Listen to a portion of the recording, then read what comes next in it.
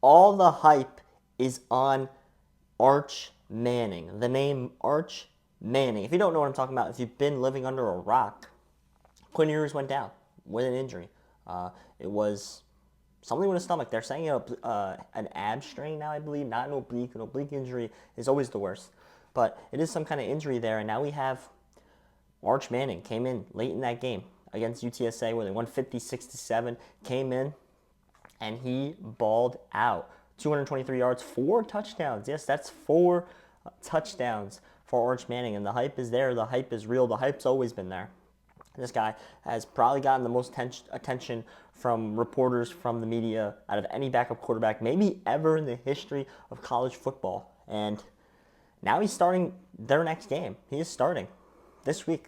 It's not Quinn Ewers. Quinn Ewers has an ab strain, like I said, and it's so weird to me because I kind of had this vision. I think I mentioned this. I might have talked about this in either my SEC win total video or the Heisman Trophy video that I felt like Arch Manning was going to play this season. And I felt like they're going to realize that he's better than Quinn Ewers. I was a little low on Quinn Ewers, which Quinn Ewers is good.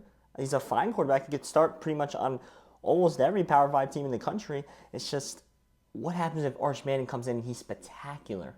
Something else, something a Manning has never been, in the ability to run the ball, the ability to shoot the ball downfield. That's an anomaly, especially when it comes to a Manning. Can Arch Manning win the Heisman? That's the question, right? And of course, he's got to play so well next week. Who do they play, actually? He's got to play UL Monroe. He's got to put up numbers against this game. He's got to make unbelievable throws in this game to be even considered. And maybe, they don't really need Quinn Ewers back if they want to run their A offense. They don't really need him back till the Oklahoma game, which is still ways away because they play Monroe, then they play Mississippi State. They have a bye, and then they play Oklahoma. So if Arch Manning keeps playing well, they could keep running him out there, and he could keep playing. And can he win Heisman? His Heisman's numbers jumped. He was like 100 to 1. I don't know the exact number. It was greater than 100 to 1. He's now like 25 to 1. Him and Quinn Ewers are like the same to win the Heisman, and the story is there now.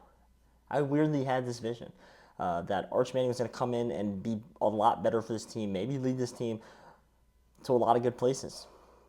And it's crazy because right now Texas might have a top 10 quarterback pick in Quinn Ewers and might have a future top 10 quarterback pick in Arch Manning moving forward. This is the best backup quarterback in the country in Arch Manning. And the story's there. Heisman voters, they love story. They want to vote on story. The story's definitely there.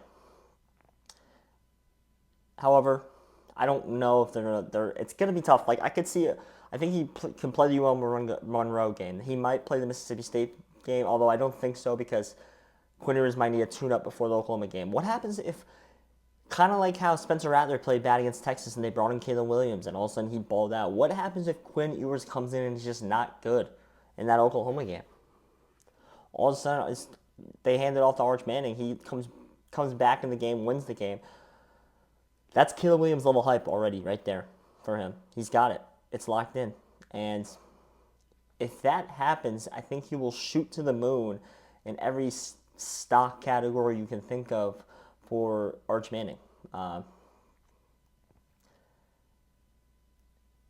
Quinn Ewers, I don't know. Like, if I'm Quinn Ewers, he must really feel job security because Arch Manning's there. He's in the background.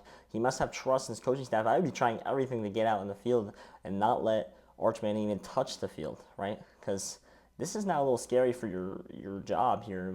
I guess it's a job now to get paid.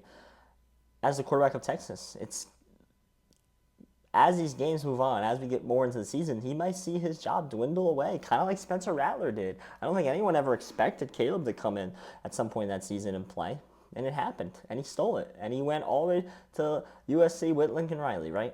Spencer Rattler had to find another job at South Carolina in another program. This is interesting. The Heisman number jumped way up. Probably so many people bet it. It's like 25 to 1.